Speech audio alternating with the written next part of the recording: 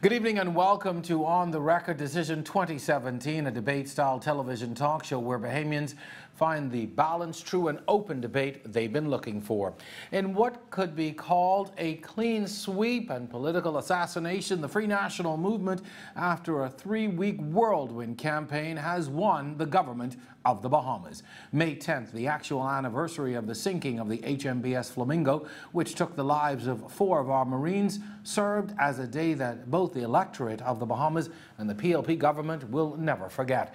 As it stands unofficially, we have the FNM securing 35 seats, while the PLP has a mere 4.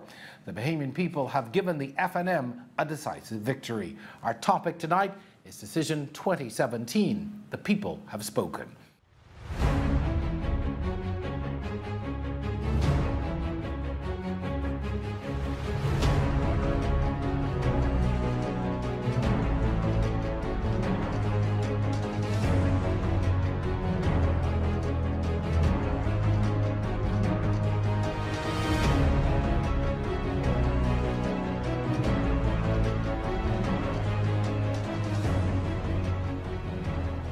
Welcome to On the Record. Tonight in our studios we have Travis Robinson, member-elect for Bain and Grantstown. And later tonight, Gow and Bow Chairman of the Chamber of Commerce, Philip Galanis, who is a former Member of Parliament in the PLP government, in the PLP, and Anthony Musgrove, a former FNM Senator. That's all on the record coming up later on tonight. I'm your host, Jerome Sawyer, and welcome to our first show post the May 10th general elections. Now, Travis Robinson has made history as the youngest Member of Parliament now representing Bains and Grantstown, a PLP stronghold. He has beaten Dr. Bernard Nottage, who represented that area for 10 years. Travis, welcome to On the Record. First of all, congratulations on your win yesterday. How are you feeling, other than tired? Well, thank you, Jerome. Pleasure to be here.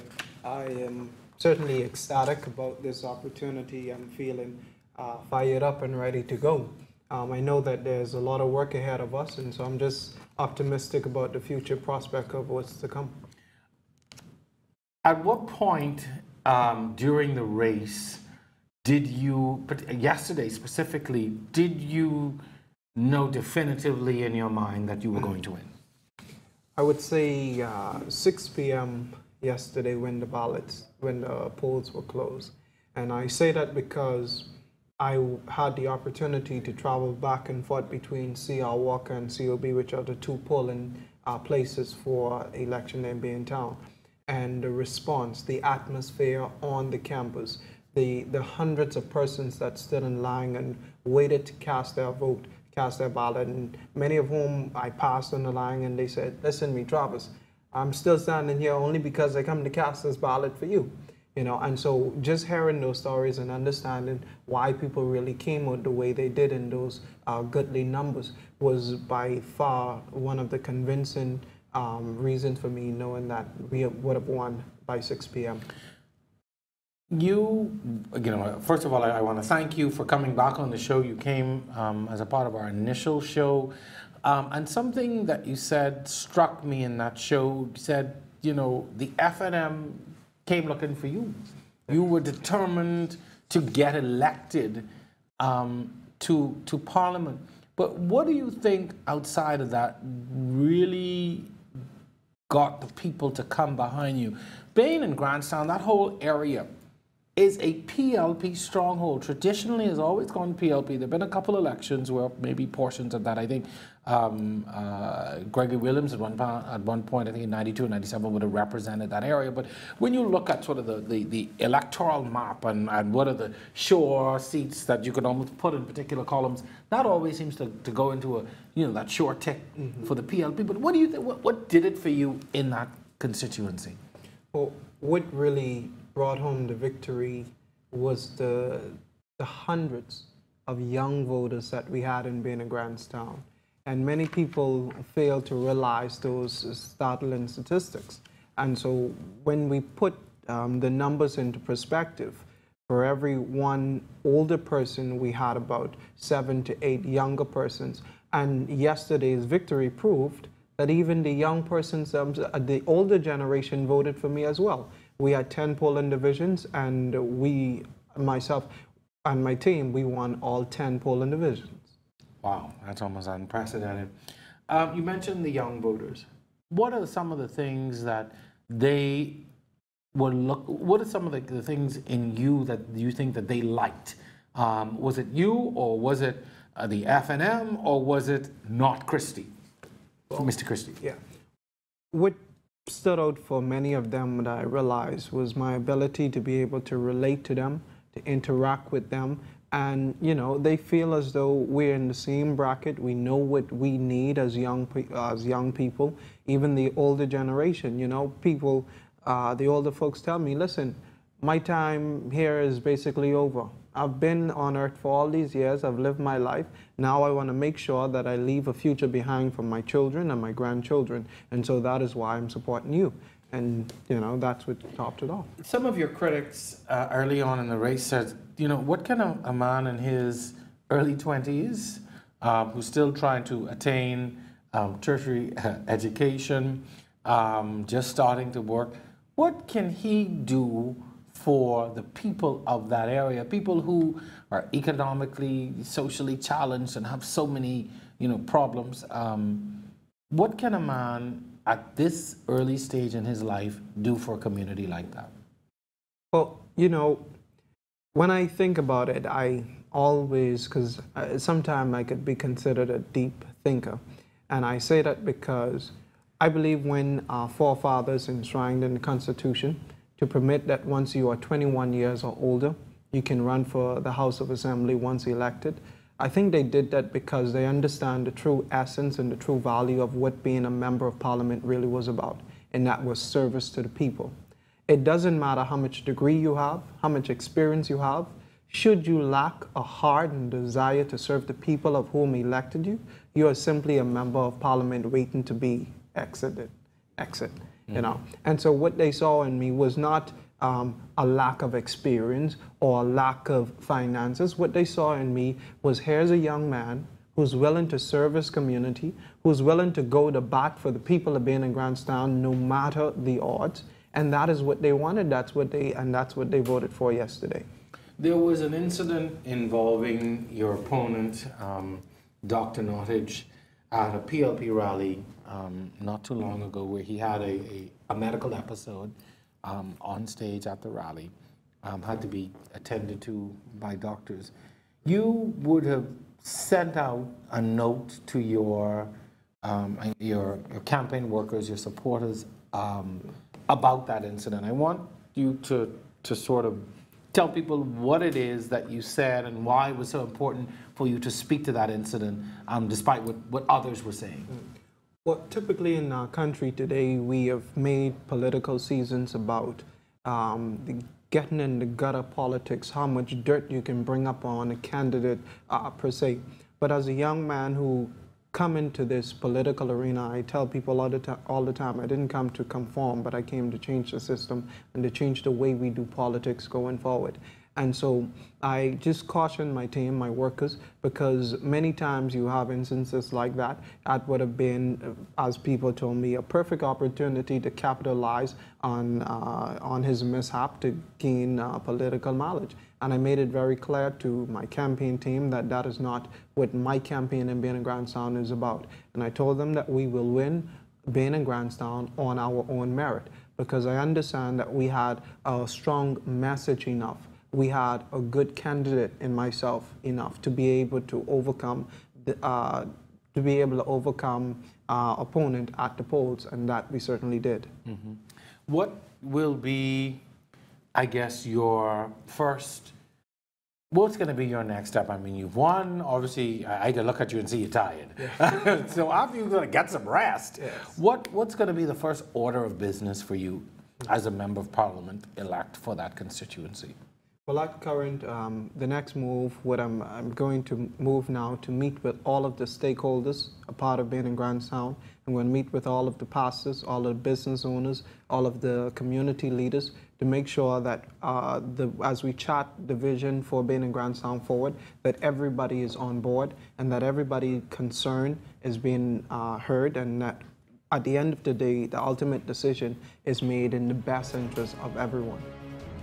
Good way to begin. Travis Robinson, the Member of Parliament-elect for Bain and Grantstown, is my guest for this portion of On the Record. Stay with us. We're going to take a quick break and be back right after this.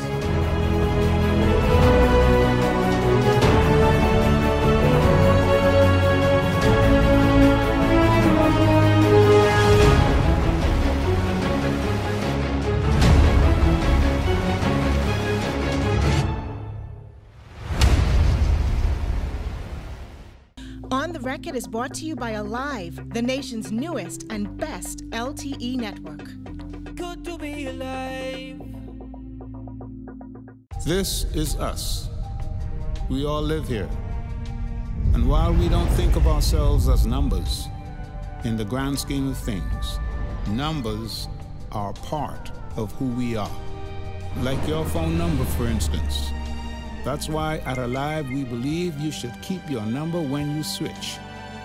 Go in store today and ask an Alive Switch Angel. They'll make it real simple for you. We are alive.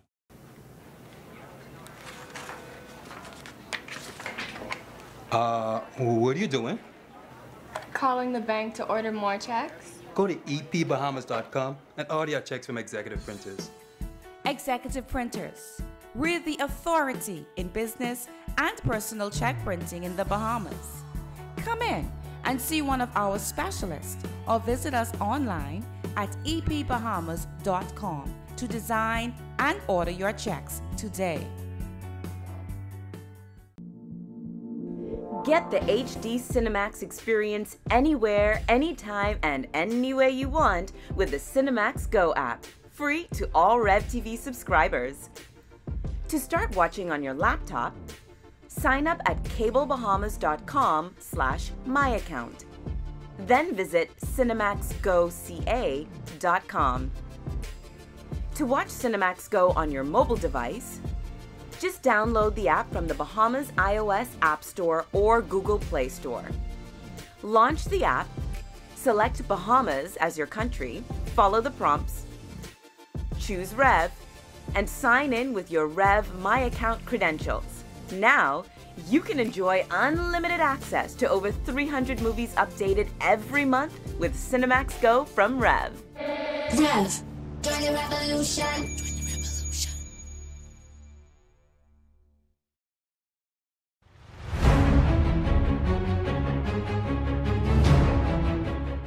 Welcome back to On the Record. Decision 2017, the people have spoken, is our topic for tonight.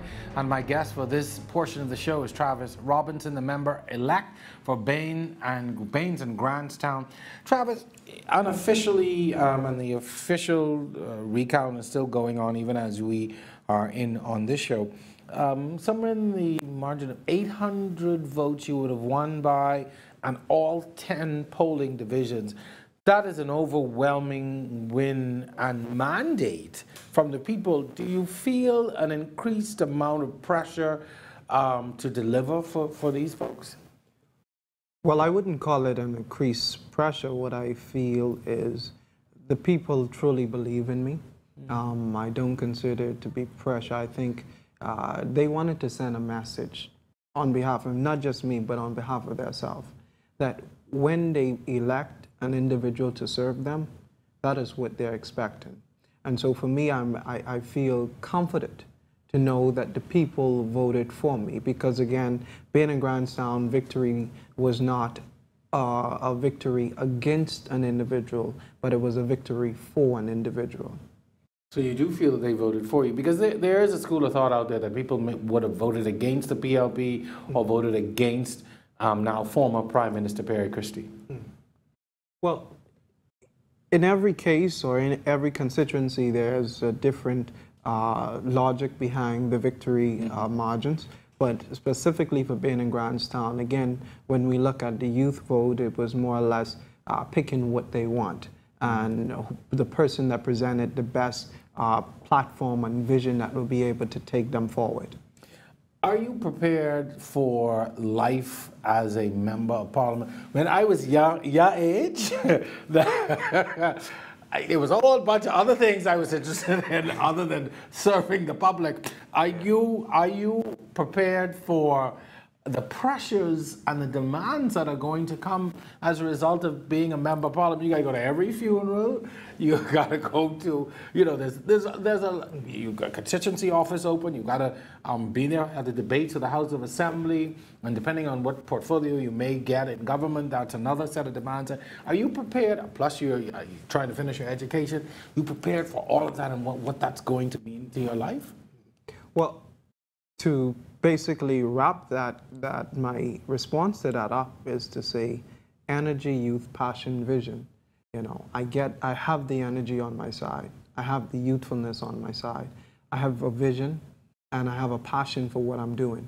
Grammy always say, when you do something that you enjoy doing, you can do it for the rest of your life and don't even get paid for it. Mm-hmm. Service is what I am. Service is who I am, and Baintown is my hometown. I'm a Baintown boy. And so when I get up every day to be able to go to the House of Assembly and speak on behalf of the people of Bain and Grandstown, when I get up to go into my constituency office to see the people, that's an enjoyable moment for me. And so for every step of the way, they can tell you, man, when I was out there on the grounds campaigning, I didn't even feel like I was campaigning. It felt like, when you come from work and you go now to just visit your friends on the blocks, that's what it became for me. It became my everyday routine, and that's what it just mellowed into one perfect arena. Impressive. I have to say, and I'm going to sort of take a liberty here, that even prior to the show, we had some young people in this building who came to you to congratulate you, to give their support, and to tell you how much of an inspiration you are to them. And to be able to inspire a new generation of young people who may now have a place in politics, because, for a long time it's a join the youth arm, wait to turn, you may get a nomination. Well, what this opportunity that the people of Bain and Grandstown have done for me was actually an opportunity for young people throughout the Commonwealth of the Bahamas. We, as you mentioned, many times young people are afraid to step out of the norm. We confine ourselves to what seems to be the traditional way of doing things. But my thing is, what do you have to lose? We as young people have been called to champion the cause, not merely to follow the path. And so if there will be some type of meaningful progress, it is up for young persons like myself and the thousands of other young people out there who may have been inspired by this victory to now stand up and say, listen, if I can do it, if he can do it, I too can do it. And this should be our Martin Luther King champion the cause victory moment for young people in this country. Powerful. Now, outside of the challenges that you're going to have within your constituency, I would think too that you, within the House of Assembly, would be representing some major issues for young people as well. I mean, as the youngest member of Parliament, about to step into the hallowed halls of Parliament, you all too have an awesome responsibility to represent the concerns and the issues of young people. And what do you see as some of the key things that you're going to have to address and hopefully bring some change to issues that are affecting young people?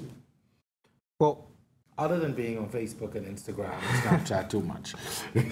Yeah, well, key areas of interest is certainly youth unemployment. I think that is certainly way too high among our youth in this country today.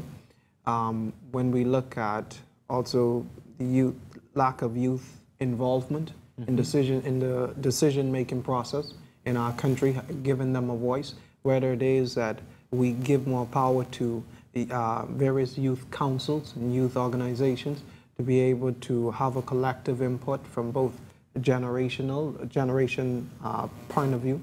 When it comes to I know, especially in Bain and Grandstown, teenage pregnancy, the lack of education, and definitely the lack of opportunities to be able to be your own boss. Entrepreneurship. There are thousands of hard-working young people out there who only want to, you know, live a life of a good, decent citizen. And they're challenged in so many ways, because merely to open up a bank account at a bank is $500. You know, how does a young person circumvent that? If you know, where does the opportunities come from? Who is at the table fighting for us? And so the challenges ahead, I know that they are not small, and so I too will make every effort to speak with young people from different demographics, and certainly not excluding the family island, because I think for far too long young people on distant family islands has been certainly that, distant to the advancement in our country. And so it's going to be an interesting journey ahead. And so I'm going to use this opportunity to call on every single young person throughout the length and breadth of this country, you know, to work along with myself and all of the other young candidates that have been elected to the House of Assembly. Make sure that you make your issues and challenges known to us, so that when we mount that floor and we say, Mr. Speaker, we'll be able to lay before the House and before the nation these challenges and find solutions that will be able to fix these challenges. Travis, I want to tell you, first of all, that I think you've inspired a generation by taking on such a almost impossible task. You walked into a constituency that may have been stacked against your party, against an opponent, who certainly many in the beginning didn't see ending up in the position that he ended up in.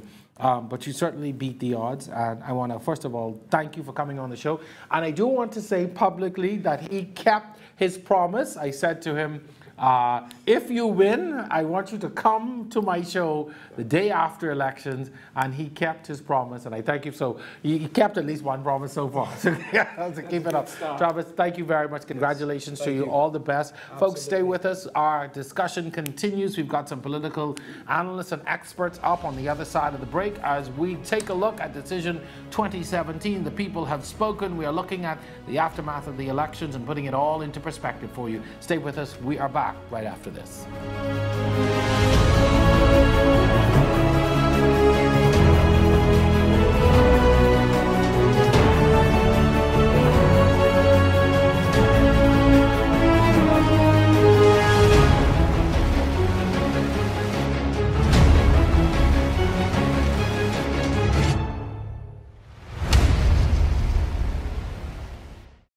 This segment is sponsored by Percy's Island Game. Love your mom with the Island Game Mother's Day giveaway. Just deposit $20 to your Island Game account to be entered to win one of 5 fabulous Mother's Day packages, including a spa day at Belamonte Spa, Sunday brunch for 4 at Luciano's, a beautiful floral arrangement, and $500 cash. Remember, drawings are every Saturday in May. You have unlimited entries, and all accounts must be verified to be eligible. Love your mom some more with the Island Game Mother's Day giveaway. With the regular season over and the top 16 teams decided, it's strictly business now. No room for error. It's either you go hard or you go home. Who will hold their nerve? Will the champions repeat, or can another take their crown? The NBA playoffs, live on SportsMax and SportsMax 2. Rev, join the revolution. For news that's happening in our country, the best place to turn is Our News. Good evening, Bahamas. Coming up tonight, the biggest stories on the best station. Helping news tonight. The government collected almost... The Education Minister, the Bahamas Claims Committee explains how unsecured... Giving you all sides of the equation to keep you informed. Well, in other news, police are cracking down on the claims of Bahamas creditors and former... Police are on the scene here at a popular hangout. Statement yesterday, Catholic Archbishop... Watch Our News weeknights 7:30 and weekends at 7 p.m. only on RTV.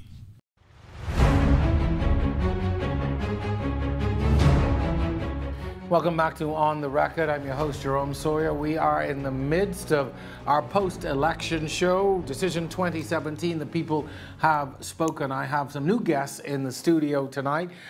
New for this segment, but certainly not new for the show. We were up very late last night. I want to welcome back to the set Mr. Philip Galanis, a former Member of Parliament with the Progressive Liberal Party, and Mr. Anthony Musgrove, a former FNM chairman. Gentlemen, welcome back. Hello, everyone. Good to be here. Thank you. I hope you all got a little more sleep than I did. Oh, yeah. And we're also happy to have join us now the chairman of the Bahamas Chamber of Commerce, Mr. Gowan Bowe. Mr. Bowe, welcome. I'm glad to have you with us here this evening, and welcome to On the Record. Thanks very much for the invitation. We have had quite an interesting 24 hours. We watched a change in government right from in this very room, a decisive win for the Free National Movement, a crippling blow in many ways for the PLP. I want to save you for a minute. I'm going to go with these guys as they were here with me last night. Mr. Musgrove, I want to start with you. What has been sort of the response from within the FNM since last night's win, and really what's been the reaction and response from within the party? I think persons are extremely happy that you have a new administration, and the government has indicated that it is going to get down to the task of ensuring that the concerns that the Bahamians have, that they will be met, namely given the resources as the Prime Minister who would have been sworn in shortly. He said that he's going to give the resources so that the investigations can be taken and persons can be held responsible for the concerns that Bahamian had. I know that, that is going to be a very short period because the electorate definitely don't have the appetite to go through a prolonged process of finding out what went wrong. Their point is, we have an idea what went wrong, get the results that we need, and now get on with governance. And I think that, the PM, Dr. Minnis, has indicated that he's not going to spend all of his time doing it, but he's going to do what Bahamians want him to do. And that is to restore the good name of this country and to show that the politicians are accountable to the people. And the people ultimately have to say, and he's going to ensure that what the Bahamian voters have asked the Free National Movement to do, that those things will be done.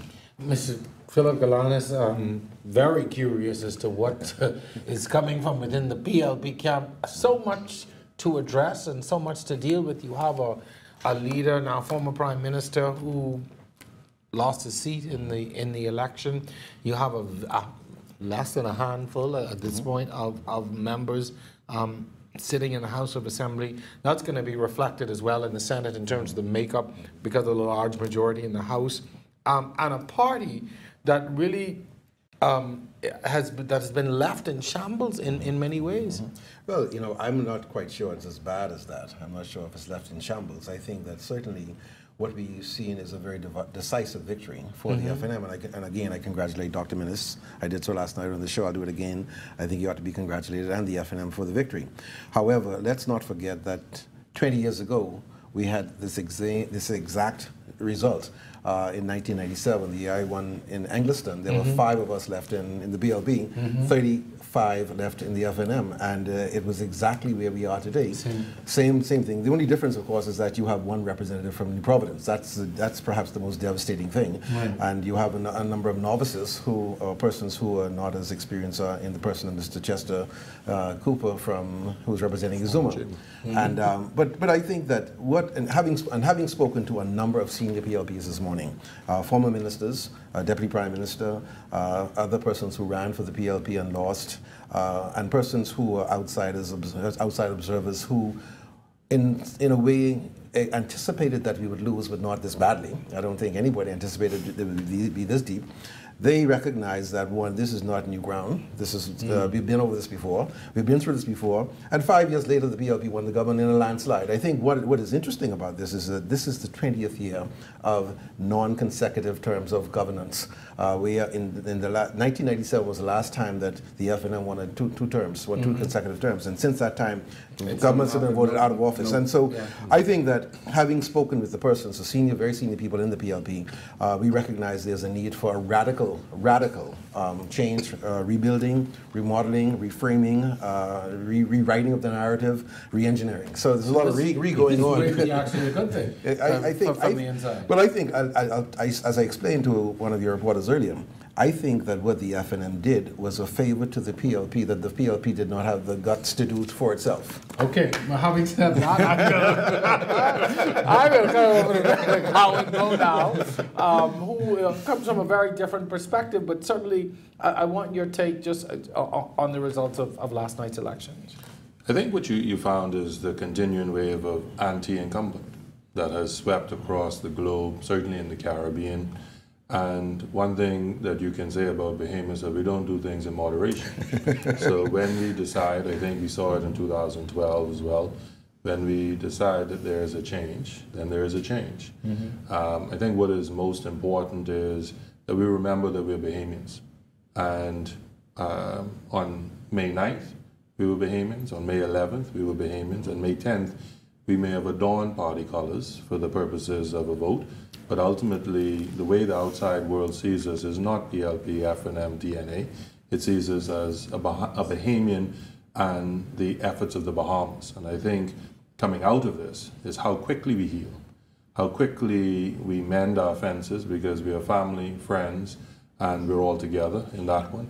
And most importantly is that the incoming government will now have reality. I think there's always that political euphoria, and reality will set in.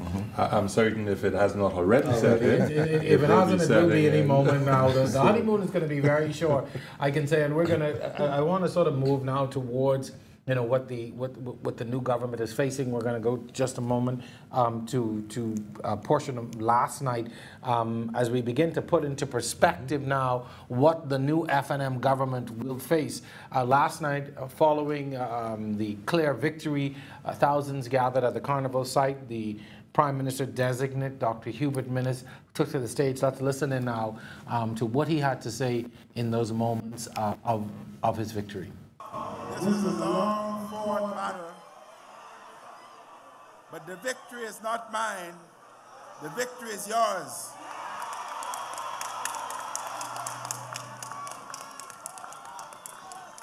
This is the people's time, and I am your servant,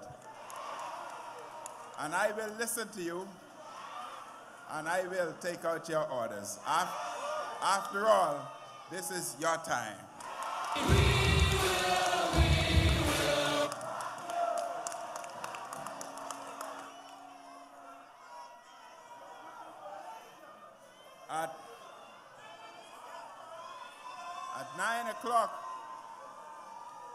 At 9 o'clock this evening, the Prime Minister called me. Prime Minister Christie called me, and he conceded and congratulated me and the people on their victory. So long, hey, so long, yeah, so long.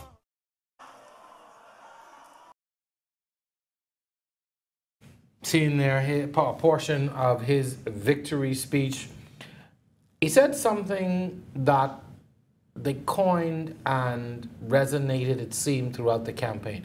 It's the people's time, which seemed to play on a lot of the deficiencies and issues that the PLP was having going into the election. That there was this growing disconnect from what the people wanted or what the people saw, and I want to sort of begin the discussion with that. There were some things that happened in the lead up to this election that just seemed to separate the PLP from the people. I want to talk about some of the referendum, even the scandals and allegations of wrongdoing that didn't seem to be addressed, that really continued to, or that stretched that divide. I think that is true. There are a number of things where people in this country felt that we needed an explanation. For example, what really happened in Bahamas? The government said that the court sealed the documents on Bahamas. But they'd be released before the end of April. And so Bahamians lost faith in what the government was saying. The Attorney General had no credibility whatsoever in that regard. And when the information started to seep out, we saw that there were things contained in the document that seemed to suggest that these are the reasons the PLP didn't want the information to be allowed, to be uncovered or to be released. There was the Freedom of Information Act. that people were calling for the last 5 years, and that still, the act was passed, but it wasn't implemented. And it appeared to people that because the government is holding it close to its chest, there were things that the government didn't want the people to understand. There was there was VAT. VAT was perhaps the most injurious thing to the PLP, because I think that even though the opposition, members of the opposition were in Parliament when they passed the budget, which spoke to where the VAT money was going to go, and they approved it, they joined the chorus of the people as to where the VAT money gone. It was in their responsibility to say. No, but I think the thing is that the PLP did not do a very good job of explaining where the VAT money went, and when the explanations were given, they were found wanting. And so people felt disconnected from the government, completely disconnected from the government. The challenge, of course, and I think therefore, it's the people's time slogan resonated with Bahamians. The challenge, of course, that Dr. Minister is going to have is that it's the people's time now means it's all the Bahamians people's time, not just the F&M people's time. And I think Phil touched on it as the most important one, information and how it is done by persons believing that you are being transparent and honest with me. And it's not to say that there is a lack of transparency when you understand the details. It is saying, in this information age, persons want to know. And they don't want necessarily a long story. They want it in an abbreviated fashion. But I think when we look at economically, and this is the part that the new government will find very quickly, our outside observers, whether it be the rating agencies, the IMF, and others that look upon us, they have long been calling for empirical evidence to support comments, stories, and statements made. That we are an optimistic set of persons, and we may have a lot of things that are coming on stream. We may have a lot of plans, great intent, and we know the adage that the road to hell is paved with good intentions. What we have to demonstrate behind it is how we have actually put it in play and what are the key performance indicators that indicate that. So when we talk about elements like VAT, it was easy to understand the success of VAT. The compliance rates that came out demonstrated that. So when you said, I took it from a system that was broken in terms of real property tax, customs duties that had compliance rates less than 50%, and I took VAT that actually had compliance rates over 90%, that was something that you could understand. When I say I'm reducing expenditure, but the actual budget is growing, that's not a key performance indicator that people understand. When you say that I'm doing certain things that are going to revive the economy, heads of agreements, groundbreaking is not. It is saying, how do I see that turn into unemployment reducing? How do I see that in terms of GDP increase? So the outside world, forget us on the inside just temporarily, the outside world is saying, well, we understand you as a Bahamian people have to believe the stories being told, but you also have to back it up by very clear evidence that says this is objective. And I think when we get attacked, we are often found wanting simply because we cannot back it up by the information behind it. And I constantly say to those from a policy-making perspective that you should not be concerned what S&P, Moody's, IMF, and others say if you have a well-thought-out plan. Because if you stick to your plan, it will all be borne out in the course of time. And just like flying a plane is going on a direct line. But pilots will tell you that they veer left and right, so you can call that being knocked off path, but you're still, from the GPS device, heading to the same destination. Anthony Musgrove, there are some stark realities facing this new government. Crime is still very high. The fear of crime is probably higher. People are still complaining about the level of taxation. We still have a lot of social problems. We are a country in crisis in many areas. From your perspective, what are going to be some of the key challenges or the main challenges facing a Prime Minister and his new cabinet? Well, I believe in the Bahamas, we are well positioned. We are the key players in a lot of industries. So the resources, the attractiveness to the Bahamas is still there. One of the challenges that the Prime Minister have to deal with, for example, crime, the government has the responsibility, and, I sit back and I smile when politicians say that, crime is everyone's concern, and the government's not responsible solely for solving the crime problem. That is why we elect governments. Yeah, quite right. We elect governments because the government can put the resources, the government can put what is required, make the laws, put the punishments in place to ensure that crime is reduced. And I think with an expert like Marvin Dames, I think, having been in the field, having gotten advanced training, he should use what he has to ensure that the Commissioner of Police and those who are responsible for securing our land get the resources and they're able to do what they have to do. One of the things that I find interesting, having lived in Grand Bahama for a while, is the state of affairs in Grand Bahama. And I think it bodes well that the Deputy Prime Minister resides in Grand Bahama. He has a clear understanding, having been a vocal and a well-involved president of the Chamber of Commerce. He understands the makeup of Grand Bahama. Grand Bahama's economy is completely different than Nassau, having a middle force being the Grand Bahama Port Authority. He understands it. And I think that with his involvement and the fact that more than likely he will probably be the Minister of Finance who will be responsible for the economic affairs of this country, he will ensure that Grand Bahama continues to grow, and the sluggishness that Grand Bahama experienced, hopefully will be a thing of the past. And if Grand Bahama grows, then naturally that's one important sector or segment of our country. If that grows, then you should see a national improvement in the overall economy. Gentlemen, we are at the point of another break in the show. Our discussion continues. Stay with us. We are back on the record right after this.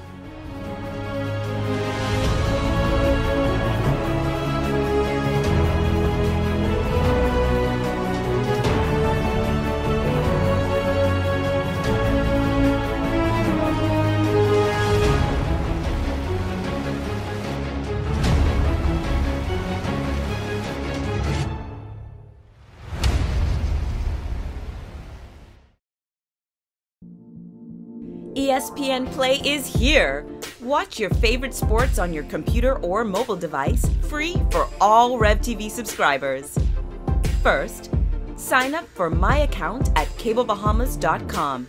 It's fast, easy, and free. Next, go to the Google Play Store or the iOS App Store to download and install the ESPN Play app. Then, launch the ESPN Play app, choose Rev, log in with your Rev My Account credentials, hit the launch button, and you're ready to go. You've now got all the hottest games live or on demand with ESPN Play from Rev. Rev, join the revolution. This is us. We all live here. And while we don't think of ourselves as numbers, in the grand scheme of things, numbers are part of who we are. Like your phone number, for instance. That's why at Alive we believe you should keep your number when you switch. Go in store today and ask an Alive Switch Angel. They'll make it real simple for you. We are alive.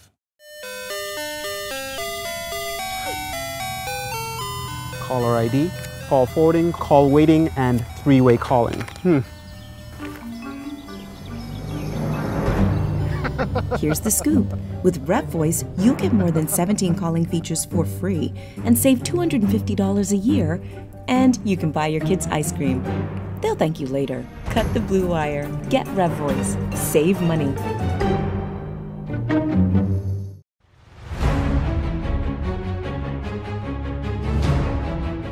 Welcome back to more On the Record. My guests in studio tonight, Philip Galanis, Anthony Musgrove, and Gowan Bowe.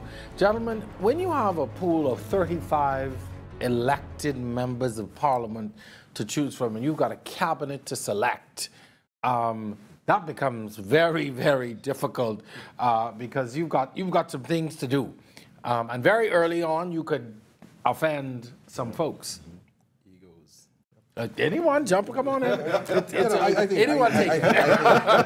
I believe that is one of the biggest challenges, immediate challenges that the new Prime Minister will have to face, and that is how do you placate the divergent interests and the different people that you have to satisfy. there are tremendous egos involved. You have to have a big ego to run for office. When you win, the ego gets even more inflated, and sometimes, you know, it becomes to the point where a person will get a position, will get a nomination, or be appointed to a cabinet post, and not understand, well, is this what he thinks about me? Does he not think I'm worth more than this? A senior cabinet. A senior cabinet. And then, of course, there are some who get left behind. But Bahamians, again, don't understand in the Westminster system, the backbenchers are supposed to make up the majority of persons in the party that wins. And so, and backbenchers have a very significant role to play, and that is to keep the government in check, as well as that of the opposition. And so I think there's going to be a learning process. There are a lot of new persons who've been elected this time, and so you're not going to have a lot of persons with experience to be selected to serve as cabinet. But he does have a deep bench of people, of professionals who have come from various sectors of the community who I would think could provide. Well, I think that's the intriguing part. I believe that it is going to be critical that he has persons who have the temperament. So not only the background, but the temperament to deal with what is going to take place. We're facing an uphill battle, and not one that just started today, in terms of where we are as a country in credit rating, where we are in terms of unemployment, where we are in terms of GDP growth, etc. And so, not looking solely at Ministry of Finance, when you look across the spectrum, whether it be the Ministry of Investments or Financial Services, whether it be the Ministry of Works, whether it be the Ministry of Education, which is going to have a tremendous impact on where we go, what is going to be important is really adopting the ILO doctrine that we at the Chamber have tried to push over the past few years, which is that tripartitism, that effectively it is not government alone. It is government with the private sector representatives and the employee representatives. It is the ability to come together and say that I do not need to be all-knowing. In our environment, and to Phil's point in terms of egos, we have fallen into the trap that minister means that you become all-knowing. That's right. Oh, right? Yeah. I am directed by the minister, the minister this, the minister that. And in reality, if we look at the minister's role is strategy. The minister's role is really to say, these are the objectives that we want to achieve. It is the civil servants, the permanent secretaries, the senior technical people within the government that have the responsibility for carrying it out. But it is the citizens, the private sector and employees that also have the same responsibility to see that this is my government. Too often the tribalism that we have is, well, this is in my party and so therefore I'm not a part of it. I set this one out for 5 years. But it should be that if I have something to contribute, I do so. And I believe that on VAT we saw it work. That it didn't happen until the private sector worked along with government, and then you had the citizens that then joined the chorus line and supported because the private sector said, I believe this can work. When you looked at the minimum wage situation that took place, it was again government starting from a perspective that was not going to be palatable to the private sector, lovely to the employees and their mindset, but without businesses you don't get paid. And it came back to a median that said, how do I get to a point where we can all live and survive? And I believe going forward, when you look at cabinet posts, what is going to be most important is temperament. Do I have the individual, and I look for the individual that is not only going to have an experience that they can bring new experience, but they're also willing to sit down with the private sector, with the citizens, and actually say that this is a collective effort, and if we do it properly, then we all benefit. And we don't have to have this belief that the minister or the government has the sole responsibility. They are to direct the resources to do so. The reservoir of all information and knowing. I want to begin to narrow the discussion a bit too on the role of the opposition, and in a few moments we're going to go to the concession given by the chairman of the PLP last night, but also looking at the role of a small opposition, and Mr. Galanis, you know firsthand what it is to be in that position. But we're going to begin, first of all, by listening in or recapping what the chairman of the PLP had to say last night. Once it was clear that the party had lost the election, this was the first concession given for the night. Today, Bahamians, by the thousands, peacefully exercise their democratic right to elect the government of their choice in free and fair general elections. We congratulate them on their civility as the Bahamas cherish its international reputation as one of the oldest and most stable democracies. They spoke loud and clear, and there is an adage that the voice of the people is the voice of God. We believe this, and we humbly accept their verdict. We congratulate those who are victorious, and the PLP will have to go in a mode of rebuilding. Thank you very much. So you would have heard there Chairman Bradley Roberts giving the first concession of the night. Later one would have come in the form of a written statement from Mr. Perry Christie. But it does now beg the question on how safe is democracy when you have such a small opposition force in the House, 4 members at this point, and an overwhelming government side. That is the question on the minds of a lot of folks today. Mr. Galana, yeah, I don't think that our democracy is at risk in any way, shape, or form. I think that I prefer not to see such a resounding victory for the governing party, but it is what it is. Again, in 1997, we had exactly the same situation. Exactly the same situation when you think about it, because there was one newcomer last time, this time, Chester Cooper from Exuma. There were 2 last time, Cynthia Pratt and myself, who had not served in government before, and the other 3, Dr. Nottage, Mr. Christie, and Salinden, were experienced, veteran politicians. And so democracy was no more at risk then as it is now. And I believe that, if anything, it is probably even stronger today because of the role that the Fourth Estate plays in keeping governments honest, requiring them to account. Shows like this and others who play a very, very important role.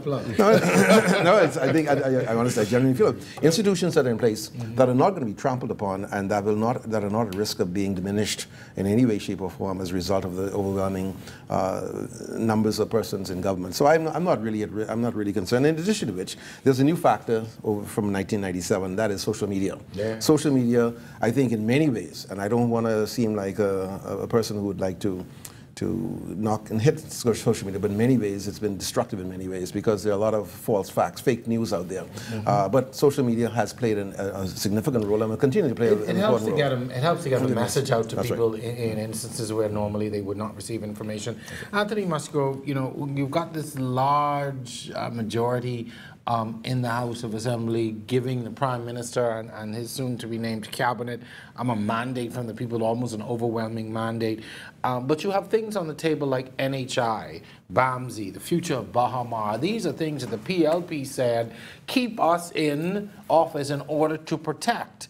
So 2 things here. You have that segment of the electorate who did not vote for the FNM, who must be thinking to themselves, what about me? And then those issues like NHI and BAMSI and Bahamas and others that the PLP really tried to get people to buy into now. And the big question is, are these institutions, programs, etc., at risk? No, and it has been clearly outlined that none of those institutions or programs are at risk. And the reason being, some of those programs are programs in name only. For example, the National Health Insurance is basically the same sort of services that we get at PMH right now. It's basically the same thing. And the Free National Movement has started a strategic national health program when we had the prescription drug program, so it was based on an affordability process and what we were able to manage at that time. When you talk about BAMSI is basically $100+ million, and what is there to show? Unfortunately, other than the few bananas and the few things that we get, was it a good investment? So the program, BAMSI, was a rushed program because the former Prime Minister was more concerned about legacy. And the Free National Movement, with its experience, will ensure that these things are properly done. If you can recall, the last time the Salinden-Finland Airport had a name change, but it was the same rundown building. The University of the Bahamas has had a name change, but the programs that should have been implemented before you did the name change should have been put in place. And it proves to us now that as we move forward, these things will be better managed. there would be no discontinuation, as the fear factor that the PLP wanted to put in the minds of Bahamians. But, you know, people's power is very powerful. And the most powerful opposition force, and the force that will hold this administration to account, is the people, not necessarily the Progressive Liberal Party, but the masses. And we have seen that demonstrated time and time again. Gowan, one of the things that people are concerned about is the constant change in government. Every 5 years, we've got a new administration, and this inclination to stop, review, cancel on programs, whether they work or not, whether they make sense or not, but you do the proverbial throw out the baby with the bath water. Does that create instability? Does that create some problems for the community if you cannot, or for the country, if you cannot get that continuity for things that are working and things that make sense? I think certainly it does, but I believe that we have to now mature to where the National Development Plan is something that has to take precedent. Whilst initiated under the former administration, it must be embraced by the current administration. It is one that has had the work of thousands of individuals and a very competent secretariat that has put it together. And what that does is it now says, I chart a course for 25 years. And so therefore, when I look at changes in government, I have a strategy that all political parties have bought into. And so the change in government comes from a strategy change, not necessarily an overall plan in terms of where we're going, that we have an identity. I think when you look at stop, review, and cancel, that has always been sensationalized because government is continuous. That in reality, the commitments of one government cannot be without financial consequence and penalty just thrown out of the window and voided. And so from that perspective, we have to get past this sensationalism that any administration or any new job coming into, if you take over a role, are you not going to look at what was there before? Are you not going to evaluate whether these are things that I think are in the best interest? And if I don't believe that, then I will make modifications. And that is why I was elected. And that was why you were put there. And I think the final one, and it was, I believe the writer was Oliver Mills, and it was printed last week in our press, in the one of the press, and he spoke about politics being educational, not tribalistic. And really what the message was, we do not need to denigrate our opponent. That there is, since our time of independence and before it, there's no monopoly on good things that have been done by political parties. There's no monopoly on bad things or negative decisions that have been made. And in reality, what we should be looking at is saying, what are the positive elements that we build upon? And if we have a national development plan, it allows us to start saying, what are we as Bahamians and what is the Bahamas? And if we start on that premise, political parties come and go, but the people stay constant, and in reality, the country always remains. And so we just have, if you will, new puppeteers, if you will, that take place, but not a different stage. Gentlemen, very quickly, I'm going to give you 30 seconds each. The first 100 days in office for Dr. Minnis and the FNM, what should they look like? I think, first of all, because of the deeply polarized political environment that we just come out of, and the divisions, deep political divisions that exists, it's going to be incumbent on the current administration to try as best it can to quell any of the concerns that are faced by persons in the PLP, independent, on DNA and otherwise. Dr. Minnis said it well last night, and I hope he's sincere about it, and I think he is, that he's the Prime Minister of all the people. We are all Bahamians. We all have a right to this country. We all have a right to enjoy the benefits of this country, and nobody ought to be put out by or disenfranchised or dispossessed as a result of the political views that they held. And so I'm hoping in 100 years we'll see that happen. 100 days. 100 days. 100 years alone. Basically, the government has to spend time sharing information. Bahamians have shown that they don't want to be kept in the dark. The Bahamas situation, what is happening with all the ministries, what happened to the VAT money, you know, we might understand that VAT money went to the consolidated fund, but how was it expended?